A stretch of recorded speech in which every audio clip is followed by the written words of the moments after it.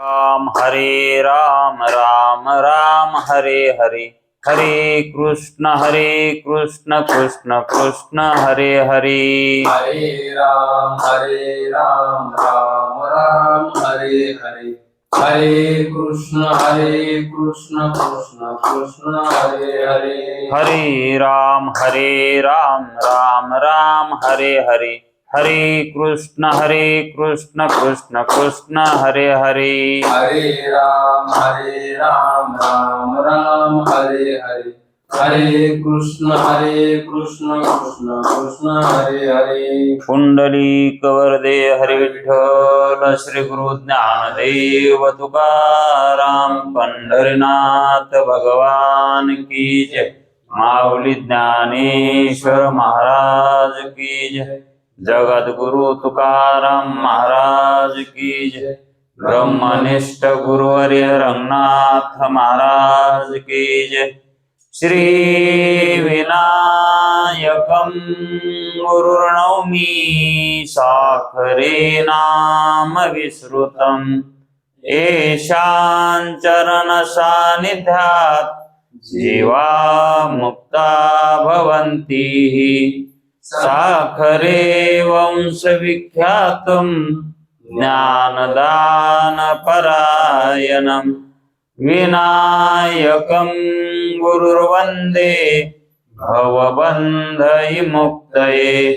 श्रीरङ्गनाथं गुरुराजवर्यं मुमुक्षूणां ज्ञानदानेकदक्षं, प्रभावती क्षेत्रनिवासिनं नमामि वेदान्तविदां वरिष्ठं। पुंडलीकवरदे हरिविठ्ठल, श्री गुरु ज्ञानदेव तुकाराम, पंढरीनाथ भगवान की जय।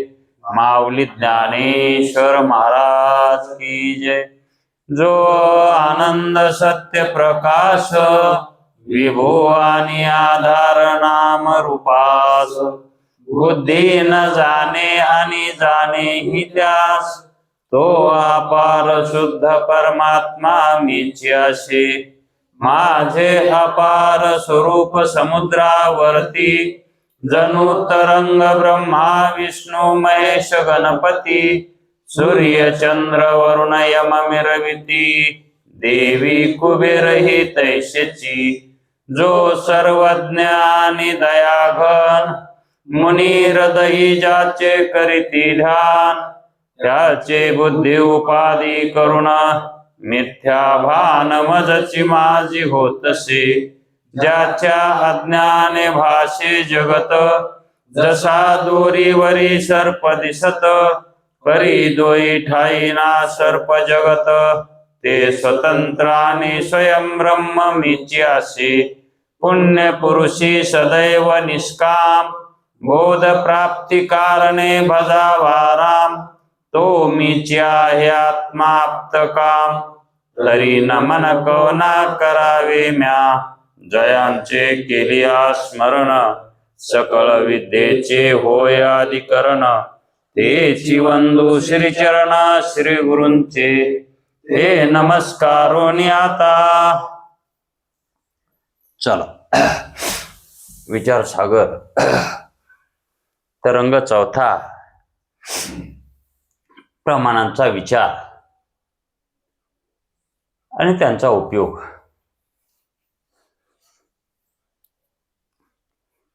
प्रमाण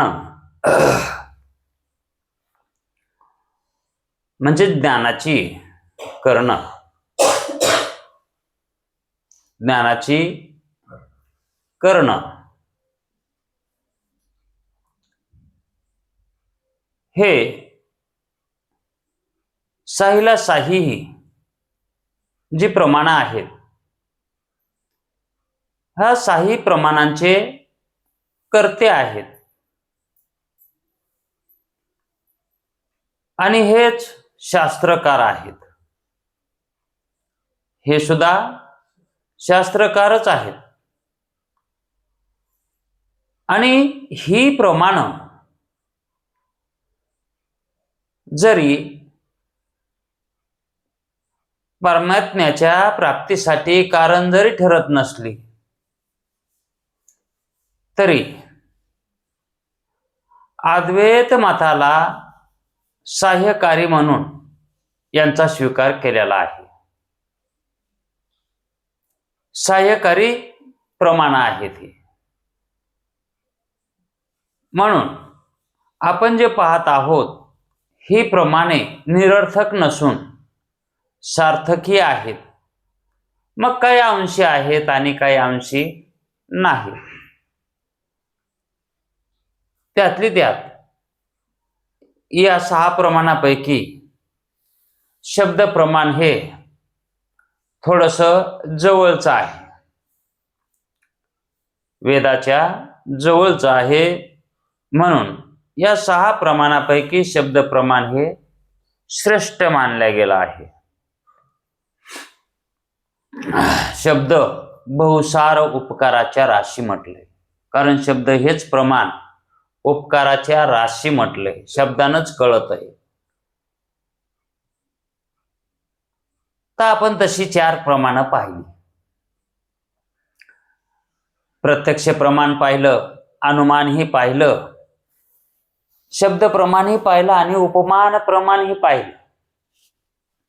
अशी 4 प्रमाणे आपण पाहिली. आणि आता अर्थापत्ती प्रमाण हे आपणाला पाहायचं आहे. अर्थापत्ती प्रमाण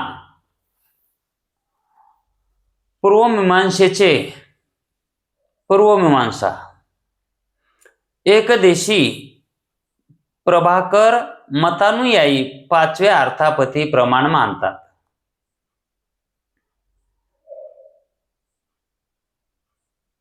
ते काय सांगतात? जो दिवसा जेवत नाही,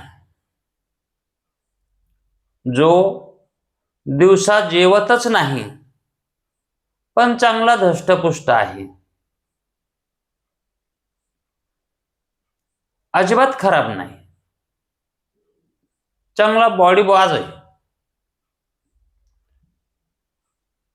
पण दिवसा जेवत नाही. मग ते त्याचे पुष्टत्व पाहून हा पुरुष रात्री भोजन करतो असे ज्ञान होते.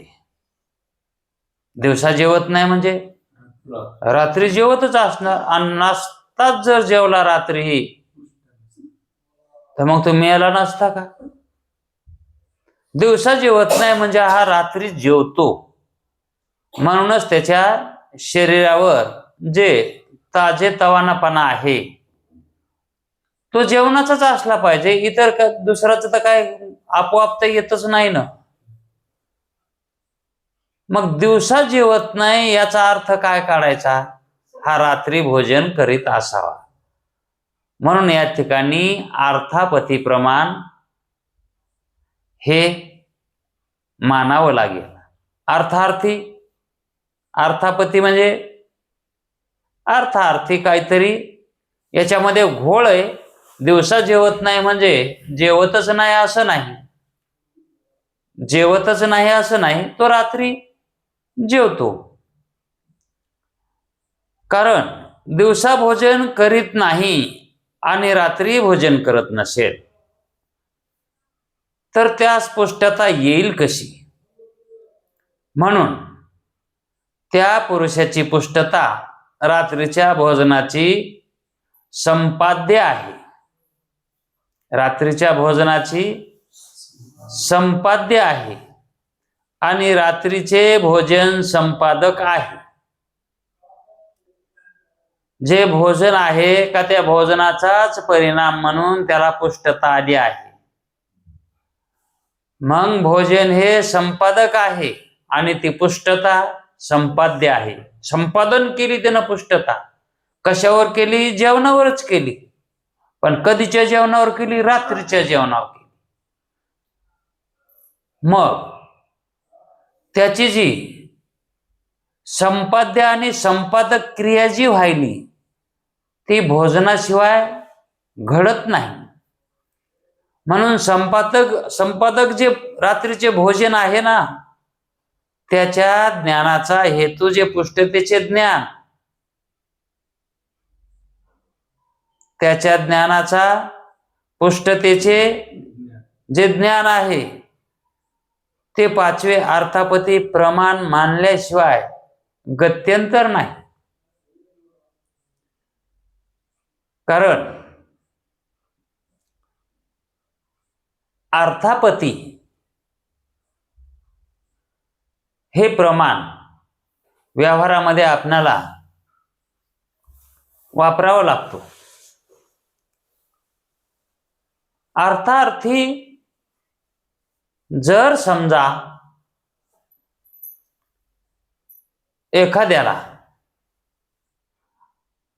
एखाद्यानं सावकारानं पैसे दिले आणि त्यांचे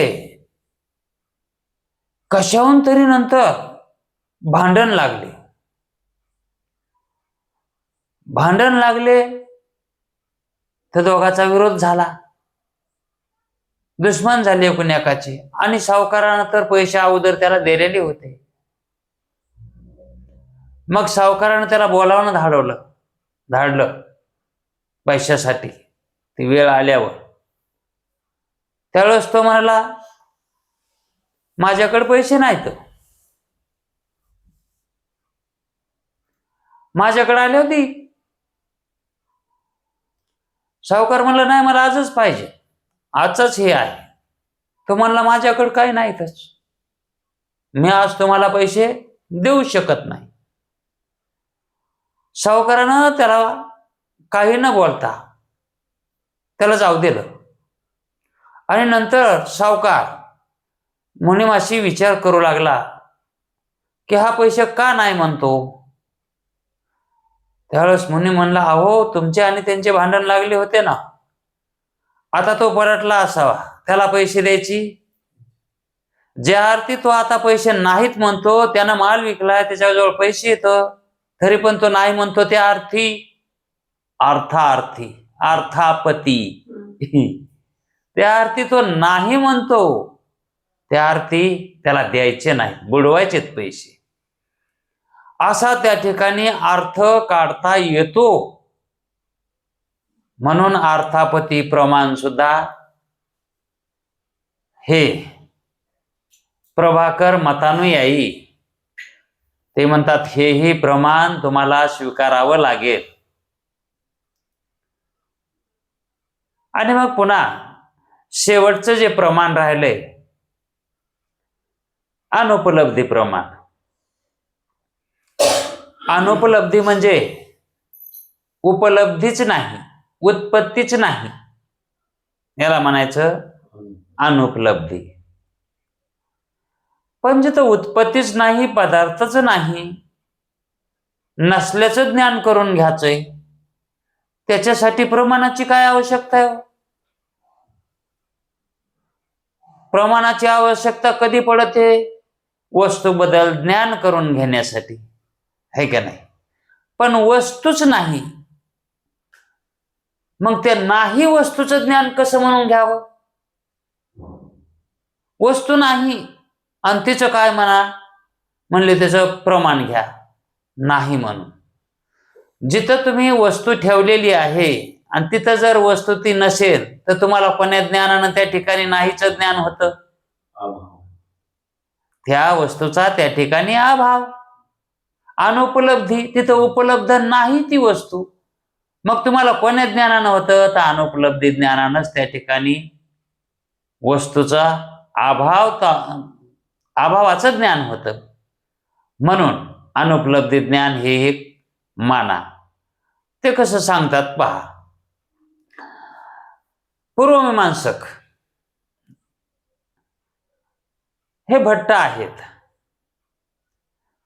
ह्या भट्टांचं 6वे प्रमाण अनुपलब्धी प्रमाण आहे.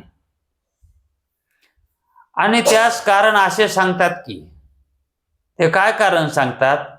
ज्या ठिकाणी घट दिसत नाही, ज्या ठिकाणी घट दिसत नाही, त्या ठिकाणी घटाच्या अभावाचा निश्चय होतो.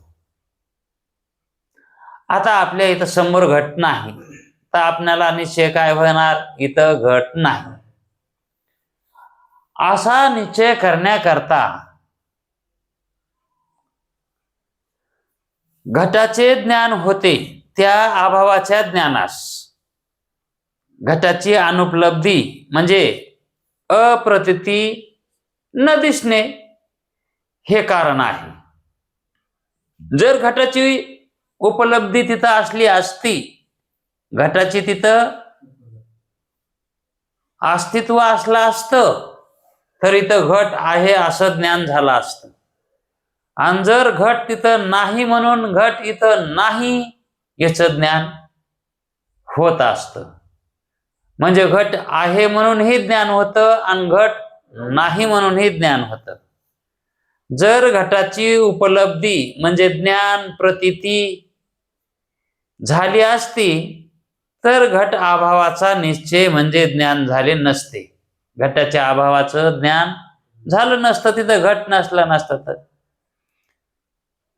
मग अभावाच्या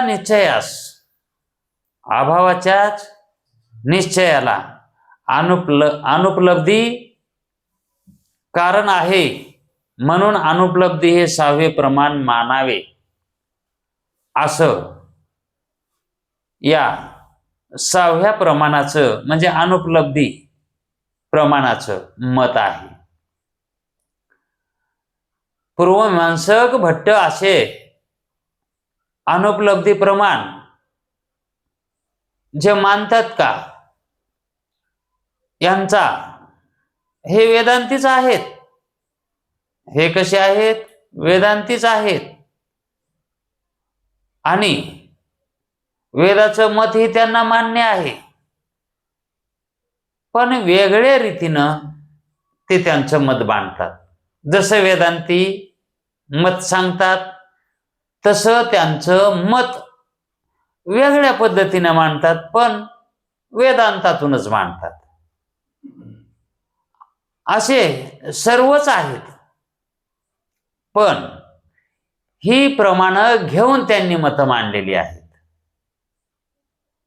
पण शेवटी उत्तरमीमांसा जे शास्त्र आहे, ते उत्तरमीमांसा शास्त्र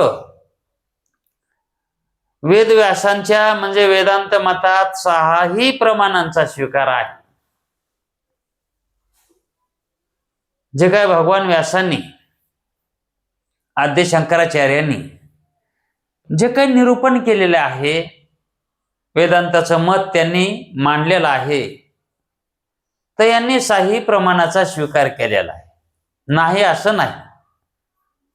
वेदांताला विचारलं तुम्ही कोण्या मताचे आहात, तर ते म्हणतात आम्हाला ही 6ही मत प्रमाण आहे, आम्ही यांचा त्याग करत नाही.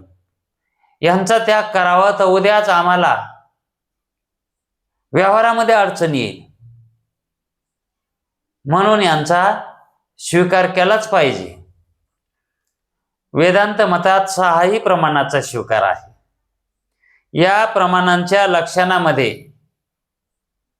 शास्त्रकारात बराच फरक आहे.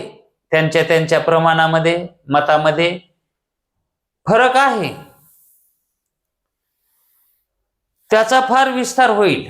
त्यांचा जर फरक इथं दाखविला तर मग त्यालाच बरंच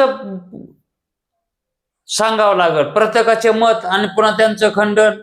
म्हणजे जसे आपण ख्याती निरूपण बघितलं, त्या ख्याती निरूपणामध्ये एकाचं मत आहे आणि त्यानं दुसऱ्याचं मताचं खंडन केलं आणि पुन्हा स्वतःचं मत बांधलंय, म्हणजे ते विस्तार जास्तच होणार.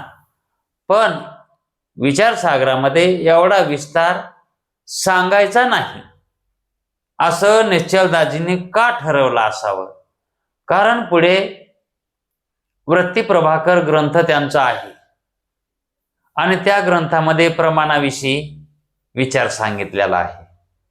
जर कुणाला प्रमाणाविषयी जास्त अभ्यास करायचा असेल, त्यांनी वृत्ती प्रभाकर पाहावा. काही शंका उत्पन्न होत असतील तर वृत्ती प्रभाकर पाहावा, अशी इथं त्यांनी टीप दिलेली. म्हणजे जास्त इथं खुलासा केला नाही म्हणून म्हणले. आता जास्त खुलासा करण्याचं कारण का नाही, तर कारण इथं प्रमाणाविषयी विचार हा साधारणच सांगितला आहे. विशेष करून जास्त सांगण्याची का आवश्यकता नाही, तर कारण प्रमाणावर जो विचार करायचा असतो तो असाधारण असतो. कारण इथं आपणाला साधारण आणि असाधारण हे जे दोन फरक आपण सांगितले आणि त्या फरकामध्ये आपली बुद्धी डळमळ करू लागली, तर मग एवढ्या सगळ्यांच्याच फरक सांगायचा आणि तो फरक कसा आहे, साधारण ज्ञानात आहे का असाधारण ज्ञानामधून सांगायचा आहे. कारण प्रमाण कशी आहेत, असाधारण आहेत. आणि त्या असाधारणावर बोलायचं म्हटल्यावर थोडस सूक्ष्म विचार करावा लागतो, सूक्ष्म विचारानं श्रवण करावं लागतो, त्या आकाराची बुद्धी श्रवण करतेची असावी लागते. म्हणून हा ग्रंथ ज्यावेळेस सर्व आपण अध्ययन करू, आत्मसात करू, त्यावेळेस आपणाला प्रमाणावरच्या शंका, प्रमाणावरचे विचार हे आपणाला आत्मसात करून घेता येतील. म्हणून नुसती त्यांची लक्षणेच सांगितली सामान्य रूपानं,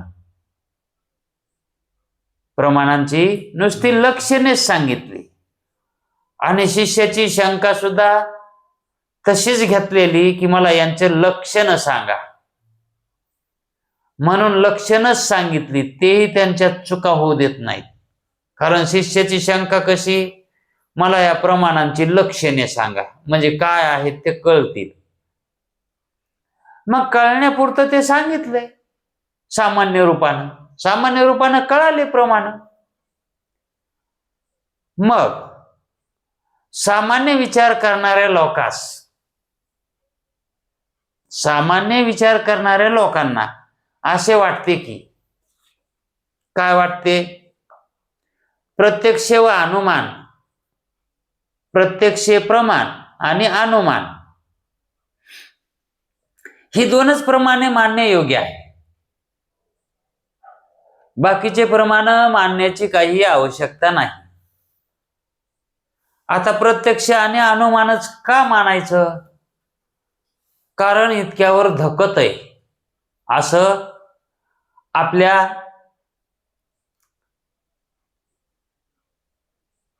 घटनेला सुद्धा असंच वाटलंय, घटनाकारांना सुद्धा असंच वाटलंय. कारण घटना सुद्धा या दोनच प्रमाणावर अवलंबून आहे. जी भारताची राज्यघटना ही जी लिहिली आहे ती ह्या दोनच प्रमाणावर लिहिलेली आहे, प्रत्यक्ष आणि अनुमान. कोर्टामध्ये जे निकाल लागतात ह्या दोनच प्रमाणावर लावतात. आणि जास्तीत जास्त त्यांना गरज पडली तर साक्षी बोलवतात. पण प्रत्यक्ष स्थळी झालेली घटना, तिचा पंचनामा आणि त्याच्यावर अभ्यास करून अनुमान काढणे, न्यायाधीशाने अनुमान काढणे आणि ते अनुमान काढलेलं आणि साक्षीचं साक्षीत्व ह्या दोन्हीचा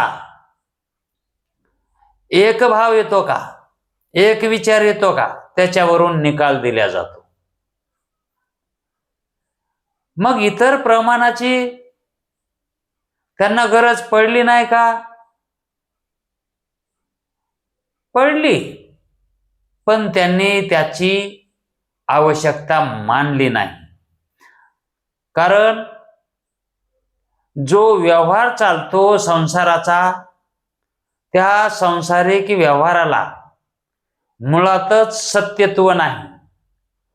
आणि त्याला सत्यत्व नसून पुन्हा त्याच्यामध्ये सत्यत्व कर्म न करणे म्हणजे हा दोषात दोष आहे. हा काय आहे? दोषामध्ये दोष आहे. म्हणून या प्रमाणांचा विचार जगतामध्ये जरी केला नसेल, सर्व प्रमाणांचा विचार जरी नसला घेतला, तरी जे शास्त्र आहे किंवा वेदांगे आहेत, सूत्र आहेत, यांच्यामध्ये या सर्व प्रमाणांचा विचार केलेला आहे. आणि ते किती महत्वाचे आहेत हे प्रमाणावर अभ्यास केल्यावर कळतंय, किती महत्वाचे आहेत. तर म्हणून वृत्ती प्रभाकर ग्रंथ हा केवळ प्रमाणावरच अवलंबून आहे. त्याच्यात प्रमाणाचाच विचार केलेला आहे. प्रमाणापासून पुढचा अभ्यास आहे. त्याच्यात प्रमाणापासून त्याच्यावरच शंका, त्याच्यावरच समाधान. मग अनेकाच्या त्या ठिकाणी शंका, एका विषयावर अनेकाच्या शंका, विषय एकच आणि त्याच्यावर अनेकाच्या शंका, आणि अनेकाच्या शंकावर अनेकाचे समाधान. त्या शंकेवर पुन्हा त्यांनी केलेल्या समाधानावर, एखाद्यानं केलेल्या समाधानावर पुन्हा त्या समाधानावर शंका, तुझं मत कसं बरोबर नाही म्हणून. म्हणजे सखोल अभ्यास आहे, सखोल चिंतन ते. मग ते चिंतन आत्मसात करण्यासाठी आपल्या ठिकाणी तसा वृत्तीचा अधिकार यावा लागतो आणि त्या अधिकारानं तो अभ्यास करावा लागतो. म्हणून सामान्य विचार करणाऱ्या लोकांस असे वाटते की प्रत्यक्ष व अनुमान ही दोनच प्रमाणे मानले तर योग्य आहे. बरं वाटतंय त्याला, दोनच, काही गरज नाही दुसऱ्याची. आता ते का गरज नाही म्हणतात त्याचंही कारण सांगतात. बाकीच्या काही प्रमाणांचा अनुमानात अंतर्भाव आहे, बाकीच्या काही प्रमाणांचा. जसं अर्थापत्ती हे अनुमानामध्येच मोडतो असं मानतात ते. सामान्य लोक काय म्हणतात? अर्थापत्ती जे प्रमाण आहे का त्याच्यामध्ये आणि अनुमानामध्ये काय फरक आहे?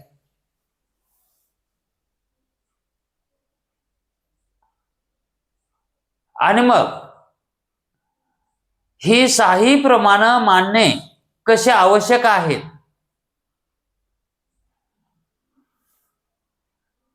याचा विशेष विचार वृत्ती प्रभाकर या ग्रंथात पंडित निश्चलदासजींनीच केलेला आहे. आता हाही ग्रंथ त्यांचाच आहे आणि तोही वृत्ती प्रभाकर ही त्यांचाच ग्रंथ आहे. म्हणून यांनी इथं तशी टीप दिलेली आहे. आता तोच ग्रंथ जर दुसऱ्याचा असला असता तर या ठिकाणी तशी टीप दिली नसती. आणि ही जी टीप आहे ही मूळ ग्रंथकर्त्याचीच आहे, म्हणजे निश्चलदासजीच मत आहे ते.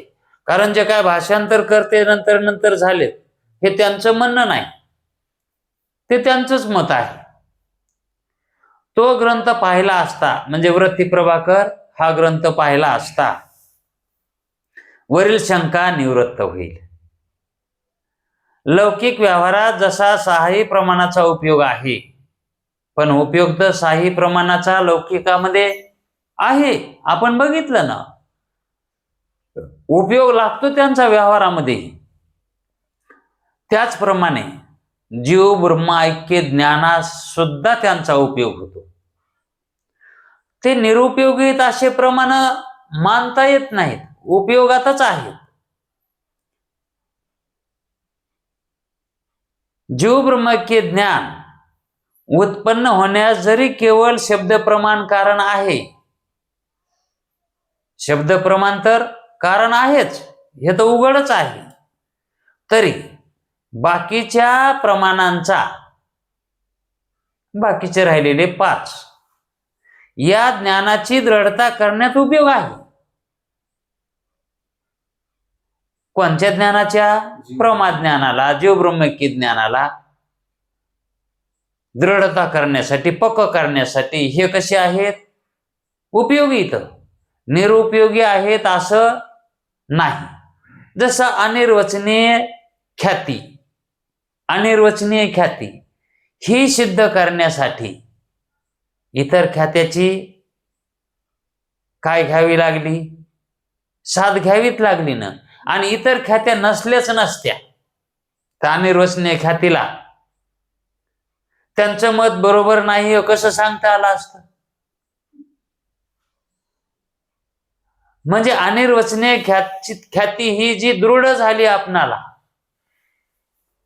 तिथे बाकीच्या ख्यात्यामुळंच, कारण त्यांचे मत कसे चुकीचे आहेत आणि अनिर्वचनीय ख्यातीचं मत कसं बरोबर आहे. मग ते कसं बरोबर आहे सांगता वेळेस तुम्ही काय सांगणार? इतर ख्यातेवाद्यांचं मत दूषित आहे हेच सांगणार ना. एखादा चांगला मनुष्य आहे, मग त्याचं चांगलत्व हे कुणामुळे असतं? त्या वाईट मनुष्यावर असतं. अहो लहाना जो आणि त्याचं लहानत्व हे मोठ्यावर अवलंबून असतं. त्याच्या शेजारी मोठा असतो म्हणून त्याला लहान म्हणावं लागतंय, पण तो लहान सुद्धा मोठा होतो जर त्या लहानापेक्षा आणखी लहाना त्याच्या जवळ ठेवला तर. त्याच्यामुळं हे दोन लागतातच, कारण एकमेकावर ते अवलंबून आहे. खरं आणि खोटं, खोटं जे आहे ते खऱ्यावर अवलंबून आहे आणि खरं जे आहे ते खोट्यावर अवलंबून आहे. खोटं जर खोटं नसतं तर खऱ्याला कोणी खरं म्हणलंच नसतं.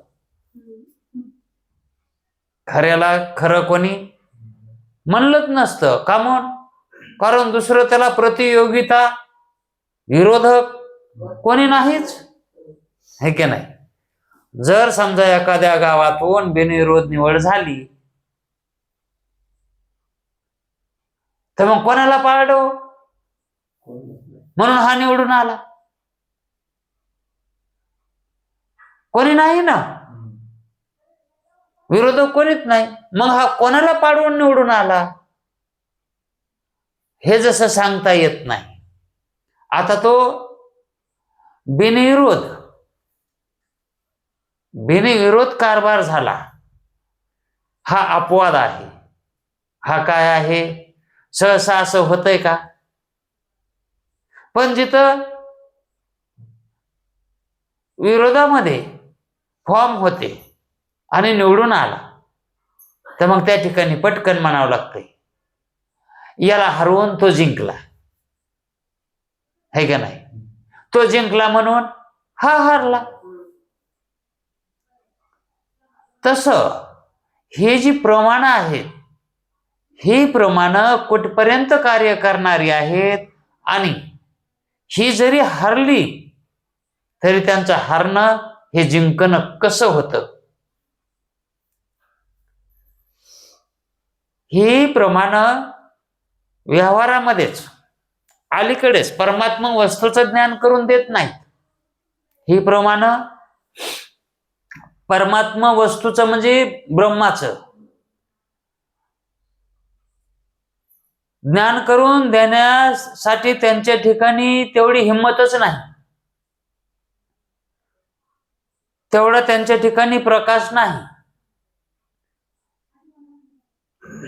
का नाही? कारण पदार्थ आहे म्हणण्यासाठी चक्षुषवृत्ती पदार्थापर्यंत जावी आणि तो पदार्थ असावा, मग तो पदार्थ आहे म्हणता येते, त्याची सिद्धी करता येते. डोळ्याने जर ते दिसलं तर तो पदार्थ आहेची सिद्धी करील, तो इंद्रिय, तो प्रमाता आहेची सिद्धी करील, तो डोळ्यानं पाहिलाय म्हणून. पण ब्रह्म तसं डोळ्याला गोचर होण्याजोगं नाही, इंद्रियाला गोचर होण्यासारखं नाही, ते अगोचर आहे. मग आता प्रत्यक्ष प्रमाणाचं तिथं काय चालतं का परमात्म्याच्या पशी? पण ते प्रत्यक्ष प्रमाण पाहता येत नाही इथपर्यंत जातं. आम्हाला ते परमात्मा स्वरूप पाहता ये नाही, प्रत्यक्ष आमची वृत्ती तिथं जाय नाही, म्हणून ते माघारी फिरतं. मग माघारी येऊन ते काय विचारलं त्याला, का म्हणून वापस आला रे बाबा, असं जर विचारलं तर ते काय म्हणतो, ते आमच्या कक्षेतलं नाही. काय नाही? ते ब्रह्मतत्व, तो परमात्मा. आम्ही त्याला जाणू शकत नाही, आम्ही त्याला पाहू शकत नाही, तो कसा आहे आम्ही सांगू शकत नाही. इतकंच आहे, आम्ही त्याच्याबद्दल काहीही बोलू शकत नाही. मग तेच प्रमाण अप्रमाण ठरायलं का नाही तिथं? प्रत्यक्ष एवढं मोठं प्रमाण असून सुद्धा अप्रमाण ठरायलंय. आणि मग ते अप्रमाण ठरलं म्हणून अनुमानानं माग भाया सारल्या. तर अनुमानालाही जाणायचं जर असेल, अनुमानालाही जाणायचं जर असेल तर तिथं अनुमानाचा कसा स्वभाव आहे, त्याला प्रत्यक्ष होण्यासाठी तेच दुसऱ्यावर अवलंबून आहे, दुसऱ्या ज्ञानावर. जर समजा माळाच्या पलीकडून एखाद्याची झोपडं किंवा काही वळई म्हणा ही पेटली आहे माळाच्या पलीकडे, म्हणून ती वळई दिसत नाही, पण ते त्या ठिकाणी अग्नीचा भडका झाला की धुपण वर जात, धुपण. आणि त्या धुपणावरून असं समजून घ्यावं लागतं की तिथं काहीतरी चेतलंय, म्हणजे तिथं अग्नी आहे. मग कशाला लागलाय ते काही तिथं लांबच राहिलं, पण तिथं अग्नी कशावरून काढला तो अनुमान? धुपणावरून, आहे का नाही? मग अनुमान ज्ञान कशावर अवलंबून आहे? परोक्षावर. हा, म्हणजेच ते अग्नी एकीकडेच राहिला आणि त्याचं निघालेलं धुपण त्याच्यावरून त्यांना अनुमान काढलं की तिथं खाली काहीतरी. मग इथल्या पदार्थाचं त्याला प्रत्यक्ष होत नाही अनुमानाला, तर मग तो परमात्मा प्रत्यक्षाला त्या ठिकाणी जाणता आला नाही, तर अनुमानाला काय जाणता येईल? म्हणून अनुमान निघालता पाहिला, पण तिकडून वापस प्रत्यक्ष येऊ लागला. मग प्रत्यक्षाला म्हणू लागला, अनुमान काय, कस काय, कसा बघितला का नाही परमात्मा? तो म्हणला आपल्या कक्षातला नाही गडी. म्हणला मग तो काहीच काम नाही, इथून चल म्हणला, तिथूनच वापस त्याच्या संग प्रत्यक्ष संगच अनुमान निघालो वापस. आणि मग हे दोघं वापस येऊ लागले. आणि मग तिसरं प्रमाण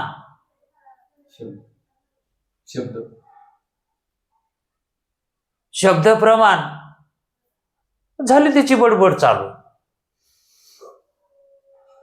काय बी म्हणतात लोक, देव कुठे कळत नसतंय का, माझ्याकडे येतच नाही तर ऐकायला, मी शब्दाने सांगितलं असतं त्याला. शब्द प्रमाण असं बोलत नाही, पण त्याची इकडंच टुरटूर आहे शब्दाची बी. कुठं?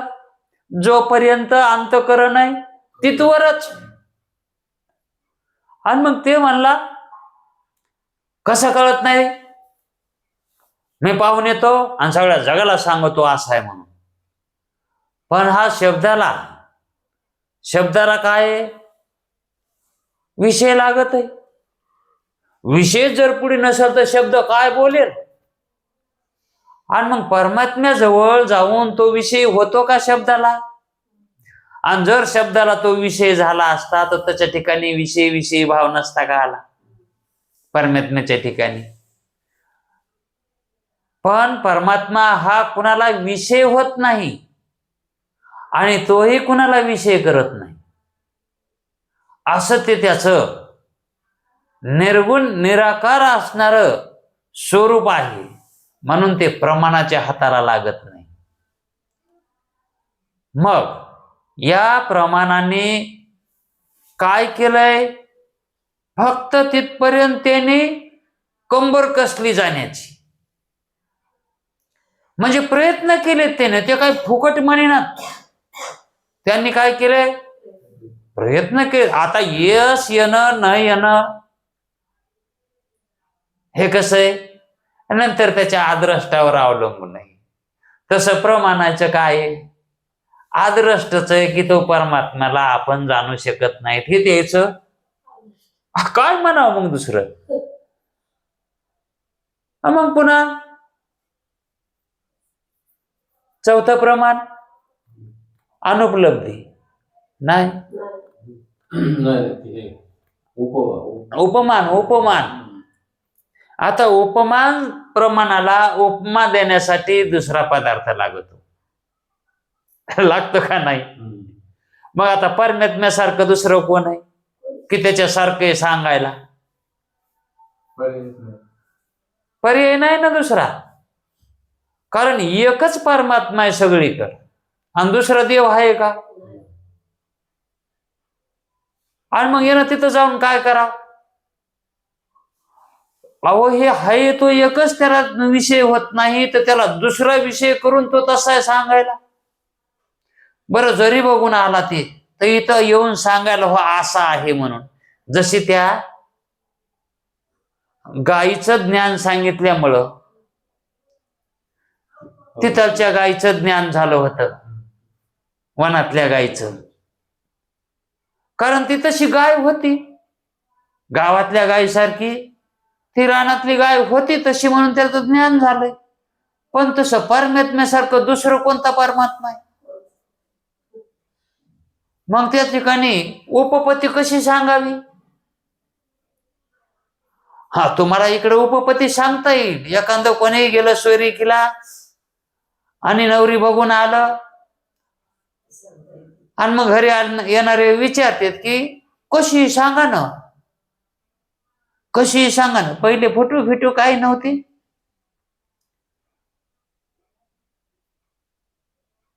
मग ते कशी हे सांगण्यासाठी जवळच्याच कोणातरी बाईचं याचं तसं रूप त्या रूपाशी जुळून द्यावं लागतं.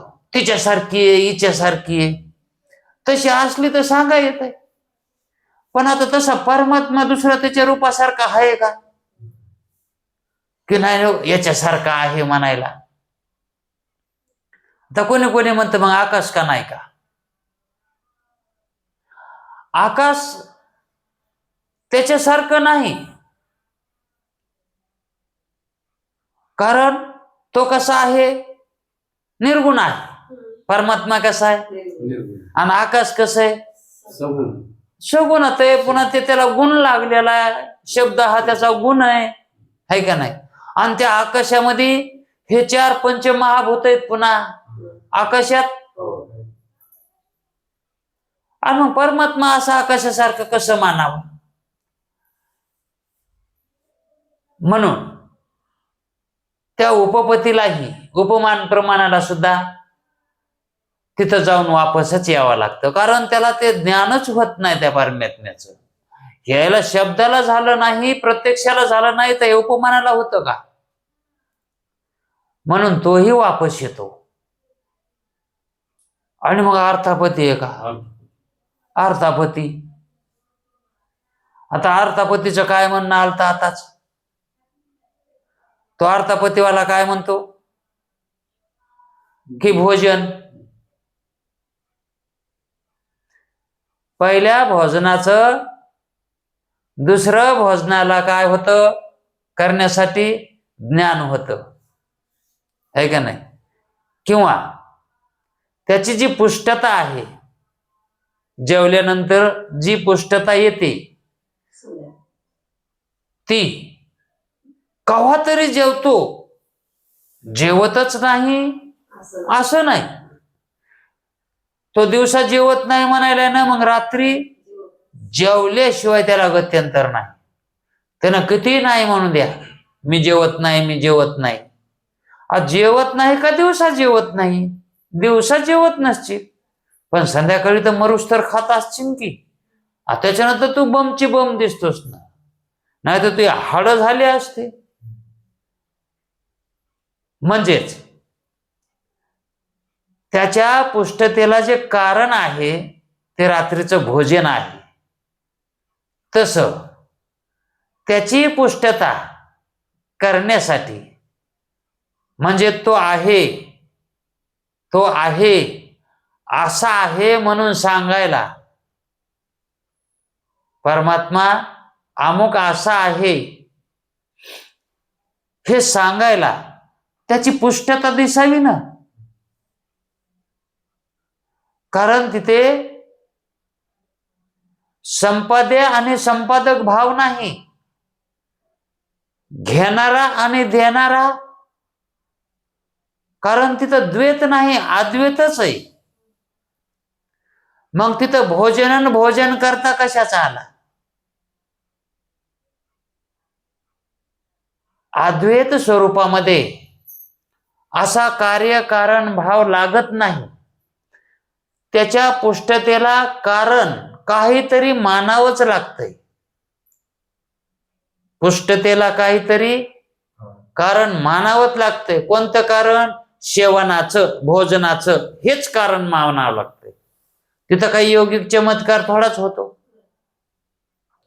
त्याच्या पुष्टतेला काहीतरी कारण दाखवावं लागतं, आणि त्या कारणाचं कार्य म्हणजे त्याची पुष्टता. मग त्याच्या ठिकाणी कार्यकारण भाव आहे का? परमात्म्याच्या ठिकाणी, त्याच्या ठिकाणी कार्यकारण भाव कधीच प्राप्त होत नाही. आणि मग ते पाहून आल्यावर कार्यकारण भाव काय सांगावा की त्याच्यापासून हे होतंय म्हणून. आता मग परमात्म्यापासून जगत झालंय असं जर ते सांगायला लागलं, कोण? अर्थापती. अर्थापती ज्या अर्थी हे जगत दिसायलंय त्या अर्थी परमात्मा आहे असा जर म्हणू लागला तो, तर आपल्याला प्रथम दर्शनी त्याचं म्हणणं बराबर वाटतंय. ज्या अर्थी हे कार्य दिसायले त्या अर्थी तो कारण ह्या जगाला आहेच, पण ते कारण म्हणता येत नाही. वेदांती म्हणतात त्याला कसं कारण धरता, ते कोणाचं कारण नाही आणि ते कोणाचं कार्य बी नाही. परमात्मा, त्याला कसं तुम्ही कार्यकारण भावात आणायला? मग तुम्हाला कार्यकारण भाव लावायचा असेल तर ईश्वराशी लावा. जगताचा कार्यकारण भाव लावायचा असला तर कोणाशी लावावा? म्हणून तर ईश्वर करता सांगितलंय ना, ही अडचण येईन म्हणूनच. कसं बांधकाम करून ठेवलेलं मग तुम्हाला लावायचं तर सगुण ईश्वराकडे लावा, कारण तोच जगताचा करता माना. पण जे निर्गुण निराकार तत्व आहे का, ब्रह्मतत्व, त्याच्याशी तुम्हाला कार्यकारण भाव लावता येणार नाही. म्हणून अर्थापती प्रमाणही तिथं त्याचं ज्ञान लय झालं तर ईश्वराचं ज्ञान सांगेल, तेही अनुमानानच. ते ईश्वर प्रत्यक्ष होतं का हो? प्रत्यक्षाला प्रत्यक्ष होत नाही, तो या अर्थापतीला कवा भाव? आणि मग शेवटचं राहिलं एक म्हातार, अनुभवी अनुपलब्धी. अनुभवी अनुपलब्धी. सर्व बैठक उठून गेल्याच्या नंतर, बैठक बसलेली, बैठक उठून गेल्याच्या नंतर कोणी जर तिथं आलं तर त्याला म्हणतो इथं बकल माणसं होते बर का, पण आता नाही. तो सांगण्याचं कारण काय? का म्हणून सांगायला सुगच इथं माणसं बकल होते ना आलेले मिटिंगीला,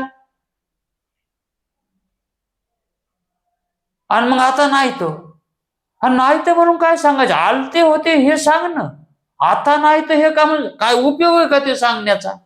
अनुपलब्धी प्रमाणाचा काय उपयोग आहे का?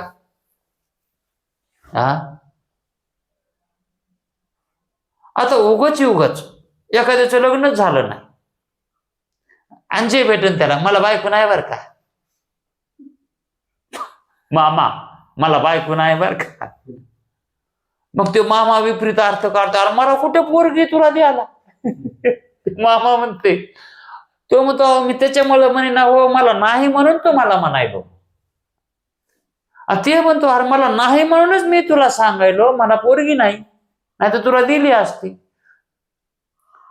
ते म्हणते मला करायची नाही हो, पण मला लग्न झालं नाही, मला बायको नाही. असंच चलत होतं याचं. याला म्हणायचं अभावाचं भाषण. हे अभाव प्रमाण नुसत्या हवेत गोळ्या मारणार आहे. पण त्याचं काय मत आहे, ते काय म्हणतो, जर समजा इथं घट असेल तर त्या ठिकाणी हा घट आहे, इथे घट आहे असं ज्ञान होतं. पण जर त्या ठिकाणी घट नसेल तर नाहीच ज्ञान. काय अंशी मग मानावी लागते, हे का नाही. अभावाचं ज्ञान हे तिथं नसेल तरच होईन ना, आणि तिथं असेल तर कसं त्याचं बी म्हणणं खरंय की हो. हा, मग जर समजा चोरी झाली तर कशी कळत, तिथे वस्तू नसल्या तिथं वस्तू नसल्या, है का नाही. मग अभाव ज्ञान ही व्यवहारामध्ये लागतंय का नाही. पण परमात्म्याचा त्याला तिथं जाऊन त्यानं काय करावं त्या अभावानं, मग ते काय जाणील गेलं तरी त्याच्यामध्ये काय नाही, त्याच्या ठिकाणी अभावही म्हणेल. परमात्मा कसा आहे म्हणेल, अभाव रूपच म्हणेल ना. अभाव तिथं काही नाही, मग शून्यवाद येईल का नाही. मग तो परमात्मा शून्य रूप आहे का एक आहे, मग याचं मत त्या ठिकाणी फसायले का नाही. असे हे प्रमाण हे अलीकडच कसे येतं उपयोगाचे आहेत परमात्म्याच्या जवळ. म्हणून ज्ञानेश्वर महाराजांनी अमृत अनुभव मध्ये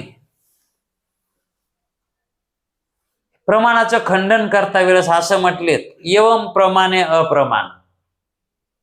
एवम याप्रमाणे, आता जे आपण बोललो त्याप्रमाणे. हे प्रमाण कसे आहेत, परमात्म्याच्या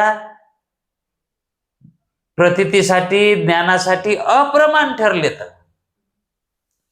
आणि पण केले प्रमाण, पण त्यांना मानावं लागन, त्यांना प्रमाण मानावं लागन. त्या प्रमाण जरी नापास झाले असले तरी त्याची मी कमाल समजतो म्हणले. कारण दृष्टांती वाहिली आण दिसावयाची, त्यांनी आण वाहिली कशाची, दिसावयाची म्हणजे जाणावयाची. त्यांना विचारलं की बाबा ना तुम्ही बघायला गेला होतात ना त्याला, तुम्ही सगळेच कसे वापस आलात. कारण प्रत्यक्ष प्रमाणापासून त्या अभाव अनुपलब्धी प्रमाणापासून हे सगळेला सगळे प्रमाण वापस आलेत, जाऊन वापस आलेत बर का. हे घर बसलेच म्हणले नाहीत तसं. मग यांना परमात्म्याबद्दल काही सांगता आलं नाही म्हणजे ते कसे झाले, नापासच झाले ना. पण माऊली म्हणले त्यांना नापास करू नका. किती उदार अंतःकरण आहे बघा. कारण त्यांनी शपथ घेऊन सांगितलंय की आम्ही त्याला जाणत नाही. ह्या प्रमाणानं काय सांगितलंय, शपथ घेऊन सांगितलंय की बाबांनो आम्ही त्यांना, त्या परमात्म्याला जाणू शकत नाही. हे किती त्यांचा प्रामाणिकपणा आहे. मग पण केले प्रमाण, प्रमाण केले, काय केले,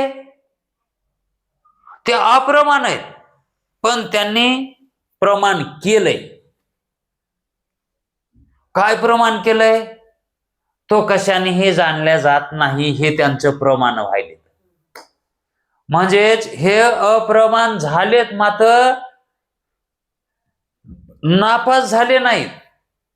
परीक्षा दिली तर माणूस पास होईल ना, पण यांची परीक्षेमध्ये हे नापास झालेत. तिथं काही लिहिलं नाही पण पास झालेत, यायला पास केले. कसं केलंय? ते जाणू शकले नाहीत म्हणून. आणि ते जर जाणलंच असतं त्यांनी तर मग किती पास झाले असते हो. न जाणून पास केले माऊलींनी त्यांना, न जाणून. ते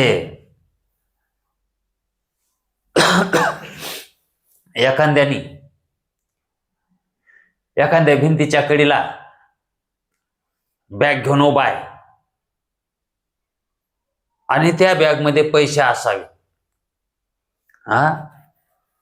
आणि मग रस्त्याच्या कडेला एखादा भिकारी बसलेला असावा आणि मग त्या भिकाऱ्यानं ती बॅग त्याच्या हातातली हिसकाटून घेऊन पळ काढावा. आणि ती भिकाऱ्यानं पळविलेली बॅग मिळवण्यासाठी तो त्या बॅगवाला काय करणार? त्याच्या पाठीमागं पळणार का नाही? मग थोडासा त्यानं पळाला की तिथं ती भिंत पडावी खाली, आणि ती भिंत पडली की तो भिकारी उभा राहतो. तो भिकारी उभा राहतो. आणि मग त्या पैशावाल्याला, त्या बॅगवाल्याला विचार पडतो, हा का पळा नाही, हा का पळा नाही? तर तो भिकारी म्हणतो मागं बघा. तो भिकारी म्हणतो मागं बघा. तो महागारी बघतो त्यावेळेस ती भिंत पडलेली असते. मग त्याला तो त्याच्यातले अर्धे पैसे देतो. का म्हणून?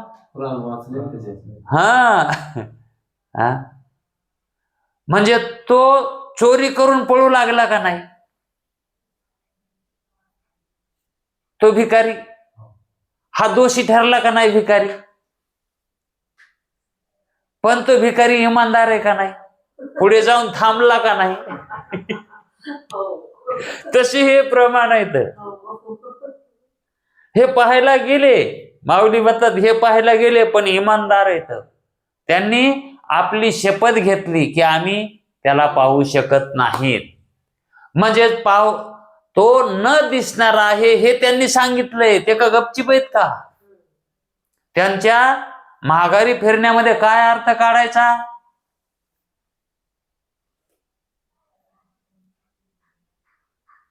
त्याला वाचविले ना त्या पैशावाल्याला. भिकाऱ्यानं बॅग पळविली याचा अर्थ काय काढायचा? त्याला वाचविले.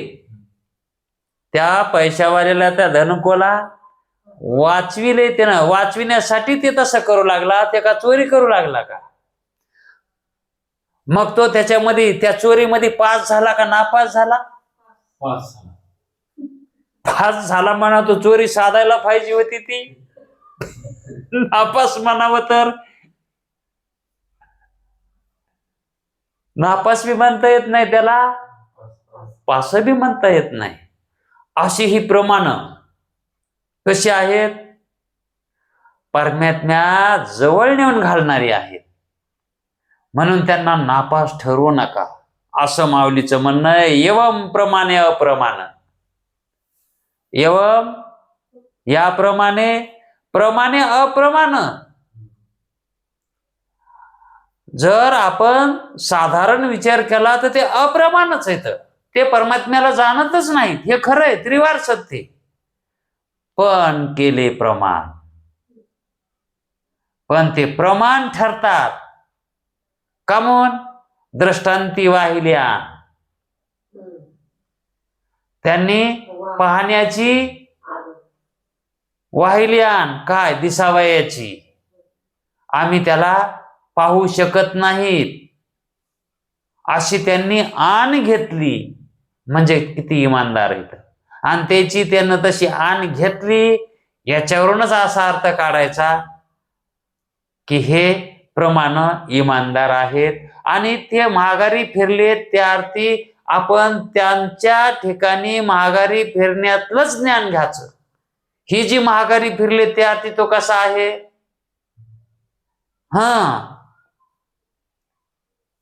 तिथं घेऊन काही जाता येत नाही. प्रमाणाचं तिथं काही चलत नाही, म्हणून प्रमाणही सोडून जावं लागतं आणि आपण प्रमाणामध्येच गुरफटून राहणार. म्हणून प्रमाणही कशी आहेत, मिथ्याच आहेत असं माऊलीला म्हणायचंय. पण प्रमाणापर्यंत येईपर्यंत तुम्हाला प्रमाणाची संगती करावी लागेल.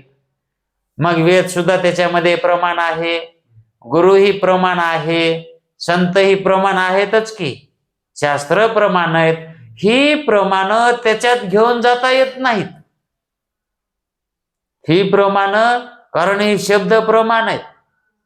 आता हे शब्दच प्रमाण आहे ना, मग हे शब्द घेऊन जाता येतं का तिथं? ब्रह्मामध्ये गेलो तर लागलो तर आरत्या घ्यायला ब्रह्माच्या. कोण घेणार आरती, कोणाची घेणार आरती? तिथं काही नाही ना, तसं द्वैत भाव नाही ना, उरत नाही ना. मग हे ज्ञान तिथं घेऊन जाता येतं का? हा वाढबिचाना अलकडच आहे, हे शिवावरच आहे. हे शिवापशीच नेऊन टाकावं लागतंय. आणि जर तुम्हाला स्वरूपता प्राप्त करून घ्यायची असेल तर हे बाजार, हे गठोडं तिथंच बांधून ठेवावं लागतंय आणि त्याच्यात उडी टाकावं लागते.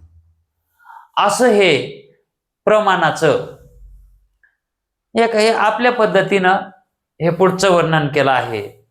पण पुढं म्हणतात वेदवाक्याची जरुरीच राहिली नसती किंवा जीवब्रह्माक्य जर इंद्रिय गोचर प्रत्यक्ष असते तर, आणि जर जीव ब्रह्माक्य ज्ञान म्हणजेच परमात्मा जर प्रत्यक्ष असला असता तर ह्या प्रमाणाची काही गरज पडली असती का?